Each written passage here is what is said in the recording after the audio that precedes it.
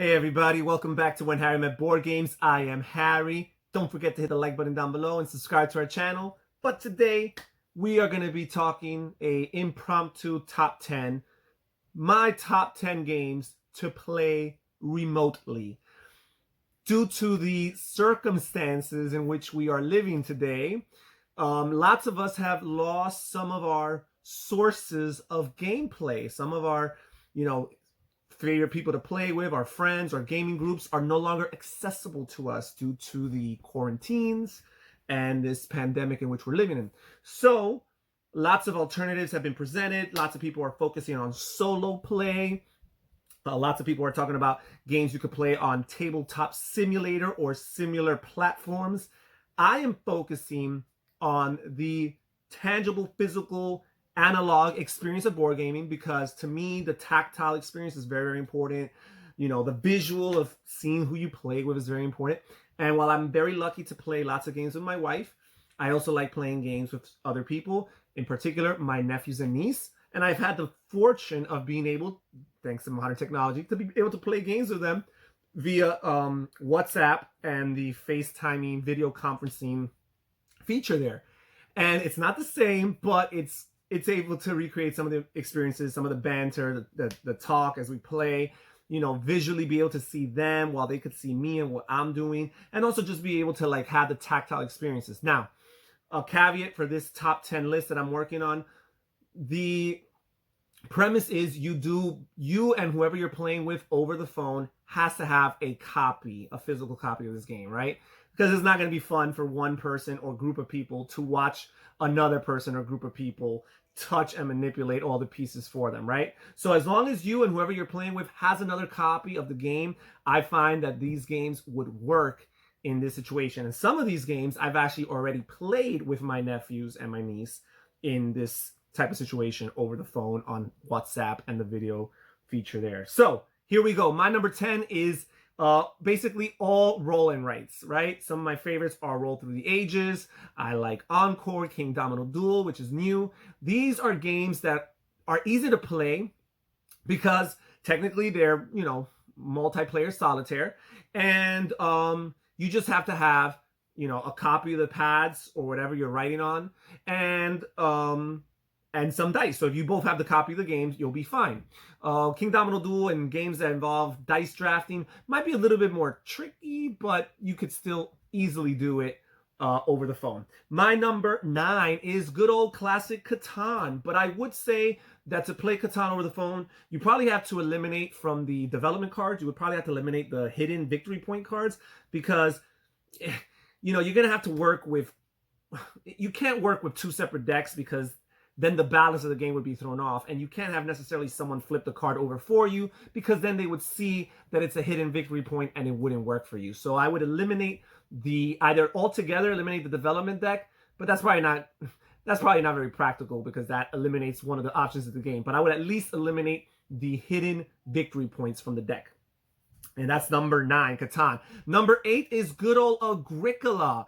I love Agricola. I think it's great. It plays well solitaire, solo, and it kind of is multiplayer solitaire, but you do have the action spaces where you're placing your workers and blocking off potentially your opponents.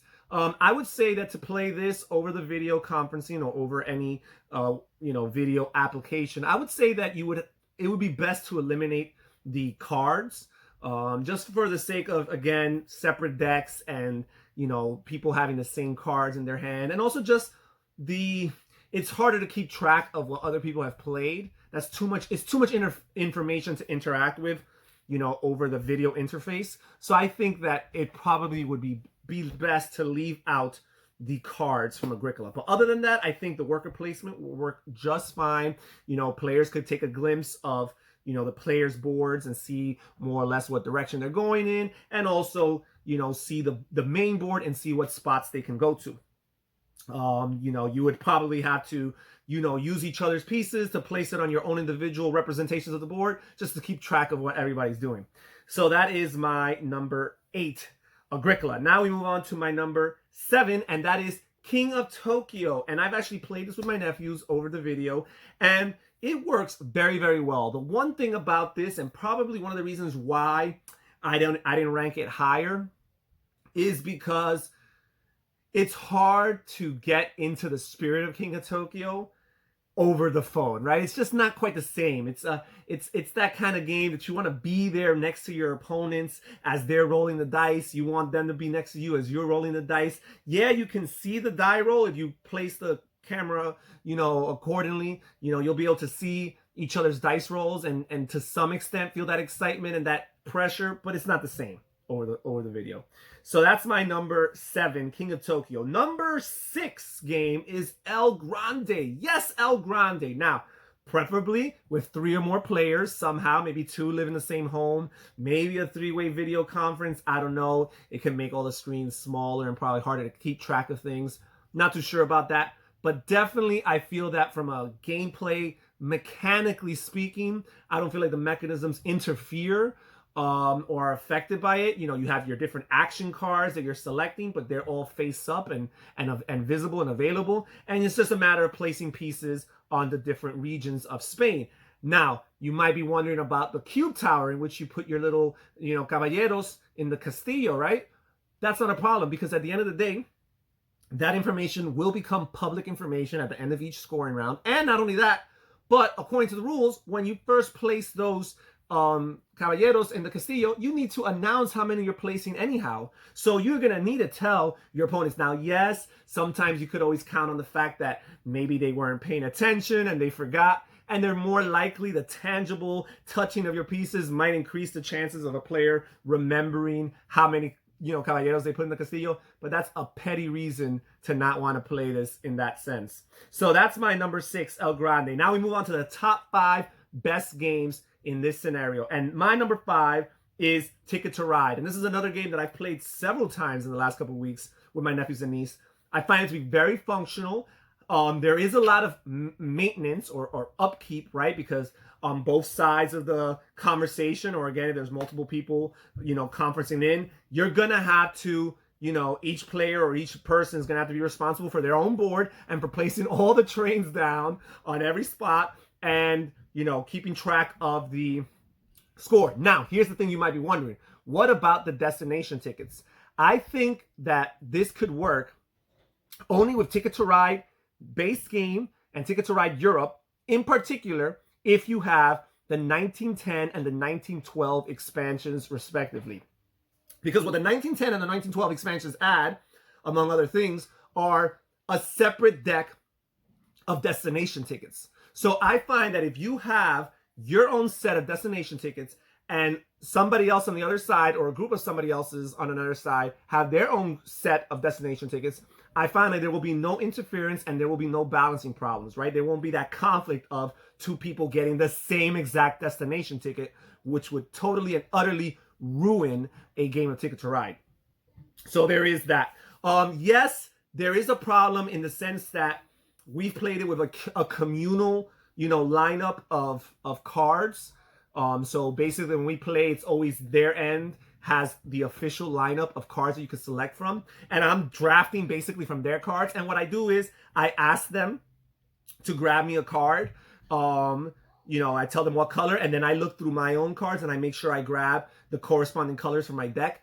The problem is when you don't like what's on the lineup and you want to choose a card from the top, yes, basically I've played that they tell me what's the card on the top. You could play that the player, without looking, just flash you the card, on the screen so you could see it real quick and then grab the card. You could. I've not gone to that length because I really don't mind them knowing a card or 2 that I might have, right? So there's that. And my number 4 would be For Sale. I feel that For Sale would work in this situation. Again, you would have one communal lineup of cards that people are auctioning and bidding for, and someone on the other side would have to watch what's there and grab the cards accordingly from their own pile and supply. But again, I don't feel that anything would interfere with actually doing this. My number 3 game to play remotely would be Dominion. Dominion is a deck builder in which the cards are always static. The cards that you're drafting from, that you're purchasing from, they don't change. It's not like some deck builders that have, an ever-changing lineup of cards, right? So that keep on fluctuating and changing. No, you will pretty much have the same cards available. Yes, sometimes these decks run out, but that's pretty easy to manage from all the sides involved. And then we have my number 2 game, which is Magic the Gathering. And this game is pretty simple to play. I feel that all you have to do is aim your camera so that players could see, everybody else could see your tableau. And basically, it could see which lands you're playing, which creatures you're playing, the instants that you're playing, all these cards you're playing, and they could actually visually see it. But again, because your own tableaus are kind of separate from one another, yes, they interact with each other in a very abstract sense, but because they're their own, respective entity, as long as each player has a clear visual of the other cards on the player's tableau, I think that this game could work. And finally, number 1, I would say, is Pandemic. I think many cooperative games would work for this, but I'm saying Pandemic because Pandemic already comes with a variant, and yes, it's usually suggested for early beginners, a variant where all cards are visible to all players. So I feel like you could play with that variant, in which, again, you would have one deck on one of the respective player's sides that will count as the official deck for the game. And as you draw cards and draft them, the players will tell you which ones you've grabbed, right? And you'll have to keep track of that. So there is going to be a lot of upkeep, especially for the player who's not interacting with the actual deck. There's going to be some upkeep as far as not only are you moving your own pieces, but you're moving other people's pieces throughout the map to see where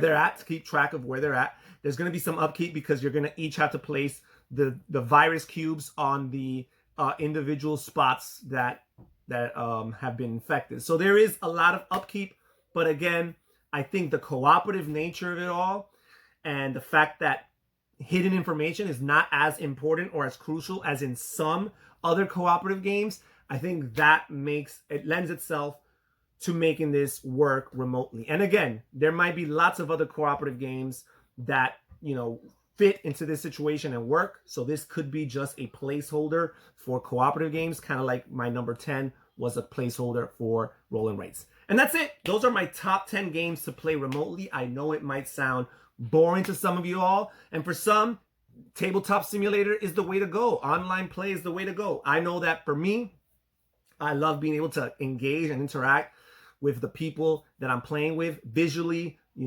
verbally, and I like, again, to have that tactile experience. Pressing buttons and keys is all cool, but I just love the feel of a good meeple. I love the shuffle of a good card. I like the roll of a good die. That stuff is irreplaceable to me. And again, if you feel the same way, these are some games to consider. What games do you think I missed? What games do you think would also be applicable for this list? You let me know. Thank you so much for watching us here at When Harry Met Board Games. I am Harry, and please stay safe, everybody. Take care. Bye-bye.